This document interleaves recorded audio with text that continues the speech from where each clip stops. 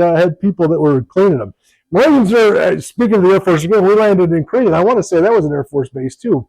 And when we landed in Korea, the pilot said, well, Sergeant, we got some time. Why don't you go get some chow? So I said, okay, cool. I said, Lance Corporal, come on, let's go get some chow. So we go walking over. Marines can be like trained dogs. So, sometimes if you just want to bark out a command, I may well do it. Who knows? And what I mean by that is we're walking into the chow hall. Now, the Air Force and the Navy, for the most part, had really nice stuff. And we go, God bless you. We go walking to the door, and I open the door, and we're about to walk in, and I stop the Lance Corporal. I'm like, whoa. And he's like, what is it, Sergeant? I go, it's carpet. We're enlisted Marines. We don't get carpet. So I'm looking, and I'm trying to motion. Of course, they've got nationals, so there's like Korean women working the counters and stuff. And I said, hey, where do we eat? And I'm kind of flashing my sergeant stripes. And she says, oh, you come in. I go, no, carpet, stripes, they don't go together, right? I'm not allowed in there, She said, no, you come. I said, all right. I'm like, well, come on, we're just dumb jarheads. That'll be our excuse. So we go in there, and we're Marines. We're trained. We're like dogs. So I pick up my tray, and she's just looking at me. She says, well, what do you want? I said, oh, well, I want chow. What do you got? She points to a menu. Yeah. She says, well, what do you want? And I'm like, oh, we are definitely not in the right place. So, well, we ate that. It was funny because then, in the Marine Corps, you get all your own stuff if there's stuff to be got. And so I'm like, where do we get the milk or do you guys have pop here? Because we didn't always get pop. She says, oh yeah, you tell me what you want. No, you show me where it's at. We get it for you. They got it for us and everything. And then the plates, they had us leave the plates after we were done. I'm like, where's the scullery? In military, everything's got a name. Mm-hmm. Where's the scullery? Where's the dispensary, which is like the doctor's office or whatever. But I had a really good time in the Marine Corps. My experience in the Marine Corps was good. Unfortunately, for those of us who were around back then, Reagan was awesome as a president. Loved serving under Reagan. Actually, George Herbert Walker Bush came and flew with my squadron because he had to get so many flight hours. So I never got super close to him. I was in one line of aircraft launching a Cobra one, and when he was there and he was over on the other side, I believe he flew a Cobra that day too, if I recall correctly. But I knew when he was probably going to be president because of how much everybody loved Reagan. Of course, Reagan termed out, and I just kind of knew the military was going to go south after that. So 6 years is what I did, which was kind of funny. You mentioned you hadn't been to war. You didn't miss much. I know when we all go in, it's kind of funny because you sort of transition. When I first went in, I think most of us that go in the military, we're prepared, right? It's why we're here, right? It's where we're training for. It's what I went through boot camp. That's why everybody's been yelling at me. I'm ready for this. Everybody's been taking it out on me. Now I want to take it out on somebody else. Unfortunately, when Saddam decided in August of 90 that it was time to take Kuwait, I was thinking about getting out because I was due to get out in June of 91. And so in late August, we were back in our time, for those of us, most of us here probably, a big thing back when we were in the military was this thing called OPSEC, which was short for Operation Security, which essentially meant you couldn't tell anybody anything. Nowadays, I see these things that say like cell phones for soldiers and stuff, and I'm thinking, are you kidding me? How does OPSEC work with that? There you got geo trackers and stuff on it. That wouldn't be, in our day, that wouldn't be allowed. And it was funny because I was living with a woman at the time I was stationed in Camp Pendleton, California. I was living off base. Finally, as a senior sergeant, I finally drew to be able to live out of the barracks, which was nice. And of course, it's on the news about Saddam invading Kuwait. They're talking about military, the U.S. possibly sending military people there. Now, for those of us who were in, I had my 782 gear checked out, which for those of us who don't know what that means, that's basically your combat gear. And so my girlfriend at the time, her and I had separate closets. And she's watching the TV, and of course, sometimes our significant others can get all kinds of concerned or whatever. And so she's looking at the TV and opening my closet, getting ready to put stuff away. And I'm about to jump up and say, I'll put that away or whatever. And she says, well, there's no chance of you going, is there? And I said, well, there's always a chance. And just then my helmet came flying out of the closet, hit the floor, and boom, boom, boom, boom, boom, boom. And of course I'm like, that doesn't mean anything. That doesn't mean anything. We got to check it out twice a year and make sure it's still serviceable. So, I mean, that could be that. That could be that. And of course, long story short, I ended up over there. So C5s, did you get a chance to fly in a C5 at all while you're in? So it would hold 6 of our aircraft, Hughes and Cobras. I have seen, I can't, somebody asked the question about tanks. I've seen a lot of stuff manifested on aircraft. Another cute little thing about Marines, right? We're trained dogs, and we're also we're always looking for a ride. So we either bum it from the Navy, that's why they're there, that we call them our taxi service, or in times of a real emergency, of course, we get lucky and we go first class and the Air Force takes us. Absolutely. But I will tell you, and I'm sure it probably wasn't you at all, but not a lot of good experience with the Air Force.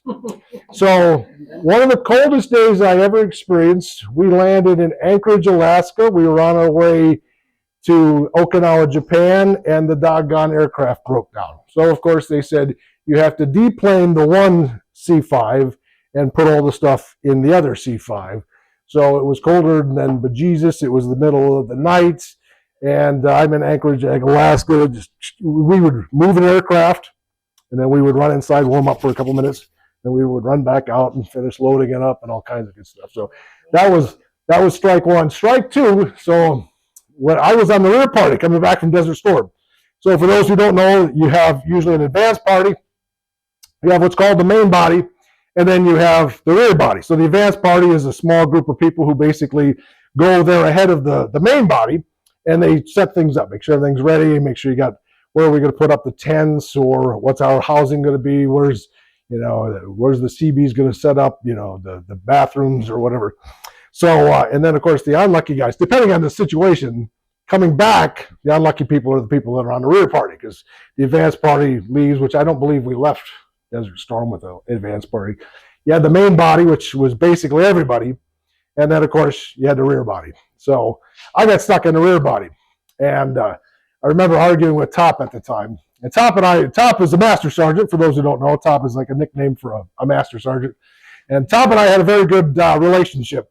One time we were getting ready to deploy. I want to say we were going to 29 Palms, and I just met a wonderful woman, and I didn't want to spend any time away from her, because when you're young and you first meet somebody, there's a good chance that unless things mature real quickly, that you won't see them again. So I didn't want that to happen. So I brought Top a note that said, "Dear Top, please excuse Steve from this deployment, as I am feeling too well to attend right now. Signed, my mother."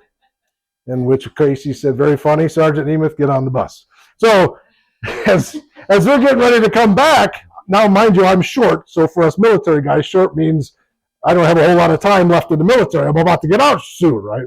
So we're talking, this is April-ish, March, April of 91. And so I'm June, I'm getting out. But oh, by the way, I got 2 months of leave too. So I'm going to take terminal leave. So I'm April-ish, I'm out of here. So I'm really short. And so I'm like, yeah, Top, you can't keep me on the rear party. I got to go back main body. And he says, no, he says, I got a lot of married guys want to get home to their wives.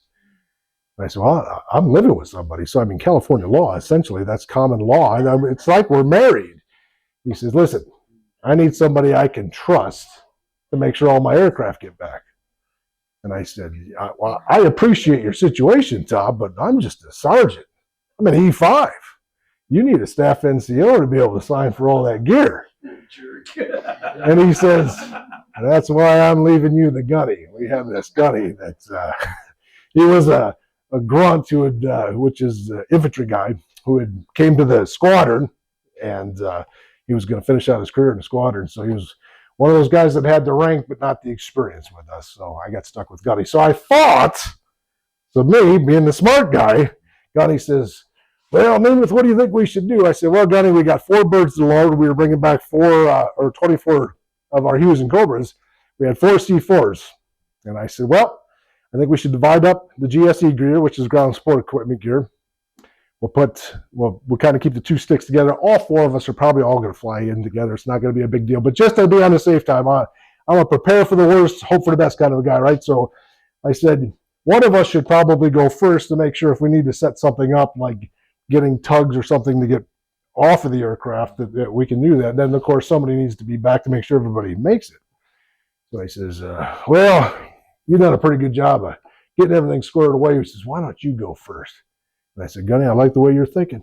I like the way you're thinking, Gunny. I'll get everything set up. Don't you worry about it. So we get on the C5, and we're in Jebel Air Base in Saudi Arabia. The Desert Storm is over. We're on our way home. Super excited. Get in the aircraft. Now, another thing about a C5, for nobody that's been on them, you're on an aircraft that has no windows. That's the first thing. So you don't know anything. Second thing, all the seats are going the other direction. So you're flying backwards. So we got on the aircraft, and we could feel it taxiing. So we're getting all excited. The guys are cheering. Yeah, yeah, yeah. And we kind of stop for a while. And we taxi some more. They're getting excited or cheering. I'm like, wait a minute. We're not picking up speed. Something's not right. So next thing you know, you hear other aircraft. Loadmaster finally walks out. I said, hey, where's the first stick? Why did I just hear 3 aircraft take off? He says, oh, we're having some issues. What kind of issues? I got a plane full of aviation mechanics. We can fix issues, man. Let's go. We're supposed to be out of here. So a couple, like 20 minutes, we're sitting in this doggone aircraft, not sure if we're flying off or not. We finally leave. We land in Spain. Of course, I see Gunny. Hey, Nemeth, looks like you went from 1 to 4. Thanks, Gunny. Yeah, good to see you, buddy. So that was strike 2. And then we landed in Spain because we were delayed. Our crew dated. So a crew can only fly for 12 hours. Then they got to get 12 hours of sleep because we were in Spain with a crew. They didn't have another crew, so that crew had to wait for 12 hours. So we got stuck in Spain, which is neither here nor there. But so coming back, I will say one of the interesting things about bringing the boys back was we flew into Dover, Delaware. And everybody, we're flying out of Spain. It was nice to get into Spain. USO had us set up with some showers. We had what we call bag nasties, those of us that were in the military. They're like little sack lunches that the USO puts together for you, and they sit in a box probably somewhere for a period of time. And by the time you get them, they're pretty nasty, but at least they're not, MREs or anything else. So we landed in Dover, and I was kind of expecting what we saw in Spain, to be honest with you. And everybody was all excited, we're back in the United States, which was kind of a big deal. And for us, the last war before us was Vietnam. And when you're coming home from that situation, everybody's talking about, man, I can't wait to get home and eat a pizza. I can't wait to get home and go bowling. I can't wait to, everybody's always got these things they want to do. And that's what I was thinking. But anyway, so we landed in Dover, and I'm like, and they're all excited. And I said, well, boys, keep in mind, the last thing that happened was Vietnam. And those boys didn't come home to between us and Desert. Well, yeah. Well, you had the Falkland Islands too. But anyway, John, not talking about the short little ones. But I will say for those folks, I will never forget that time. We're on the bus, we're riding, and I tell you, Dover too. Talk about C5s. I had no idea we had that many in like the entire fleet. There was a lot of aircraft, a lot of C5s, C-141s. Dover just had a lot of them. And we were coming into the hangar, and I was very concerned. I'm kind of thinking we're going to see Spain all over again, caught in some USO stuff. And they had of course, we had those half circle hangars, the big hangars, and the doors were kind of open a little bit, and I could see that as we were pulling up. Didn't really know what to expect. And, we were on this blue school, kind of old-fashioned school bus, and as we pulled up in front of the door, I could see that they had made like a makeshift glass door. And so, the guys were getting off, and I was the last one to get off the bus, and I could hear people inside. And I really didn't know what to expect. This wasn't even our home base. I mean, we were stopping in Dover, getting ready to go to El Toro next.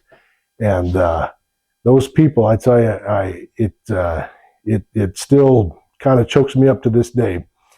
There was people from that town there that came out to greet us and to thank us. And I remember we were walking through the door, and the song "Proud to Be an American" came on. And every time I hear that song now, it kind of throws me back to that day. And just to see the look on those boys' face when them people welcomed us home. And they were just so, I didn't know any of them. None of us knew any of them. None of us were from there. These were people, every time a bird would land there, these people got together and welcomed us home. And it was just, I had people asking me for autographs. I'm like, listen, I didn't do anything, and it was special. But the flip side of that was, so then we get on the bird to fly back to El Toro. And I told the guys, I said, listen, what you just experienced, that's America at its best. We're going to California now, and no offense, but you're going to probably see America at its worst. We landed in El Toro, and it was almost like Jebel again. We're sitting in the aircraft, and they wouldn't let us out. And so I called the loadmaster over, and I said, listen, what's going on? And he said, well, apparently they didn't know we were coming. And I said, yeah, welcome to the military, right? Hurry up and wait. I said, listen, you don't want to be here. And in El Toro, it wasn't a big enough place for them to put the C-5s anywhere. So the two C-5s were sitting side by side to each other. And I said, listen, you need to get me a tug, and I'll deplane these aircraft, and you guys can get out of here. I'll worry about how to get my birds back home. And he says, so he leaves, and he comes back to me, and he says, well, we can't do that on the word of a sergeant. And I said, you need to open that door. So then I get out, and I walk to the tower, and I said, I need a phone. I need to call the officer of the day in Camp Pendleton, California. And I got some lieutenant on the phone, and he's like, yeah, lieutenant, whatever. And I go, who? Because it wasn't even a guy with our squadron over in Desert Storm. It was some guy we just picked up. And I said, listen, you need to wake the old man up, and you need to tell him Sergeant Nemeth is stranded in El Toro. He wants a ride home now. And he says, well, I'm sorry, Sergeant, I'm not waking. I said, listen, son, you tell the old man that you left Sergeant Nemeth stranded in El Toro, California with 12 of his aircraft, and you see how you feel tomorrow morning. Then the next thing I know, they got tugs coming out to us. We're deplaning the C-5. And they brought us some more bag nasties, which I'm like, yeah, I think we can hold off till we get back to Pendleton. And that was funny because then we got to our own squadron, our hangar. You could see, of course, we're the rear party. So we walk in, you could see the streamers and all the confetti and stuff on the ground, some chairs kind of strewn about or whatever. And, the old man, I did talk to the old man on the phone, and the old man is the commanding officer. And he said, Sergeant Nemeth, tell your boys you got a 96-hour pass, which is 4 days off. So I told the boys, I said, the old man said, welcome home. You got 96 hours. Spend them with your family, and we'll see you Monday morning. So did you get the 96, or did you get the 9 or 6? Yeah, no, we actually did get the 96. I was short at that point, so I said, listen, you got 96. Don't answer the phone for anybody. If anybody has anything to say about it, tell them Sergeant Nemeth told you to do it. But so anyway, of course, being back in Michigan, it's a lot nicer too. It kind of reminds me a lot more of being in Dover rather. So, every time people thank me for my service, I always think to myself, I can never say it because nobody understands the story, but now you folks would. Somebody says, thank you for your service, and I think to myself, thank you for not being California. Right? So, all right. Questions, anyone? All right.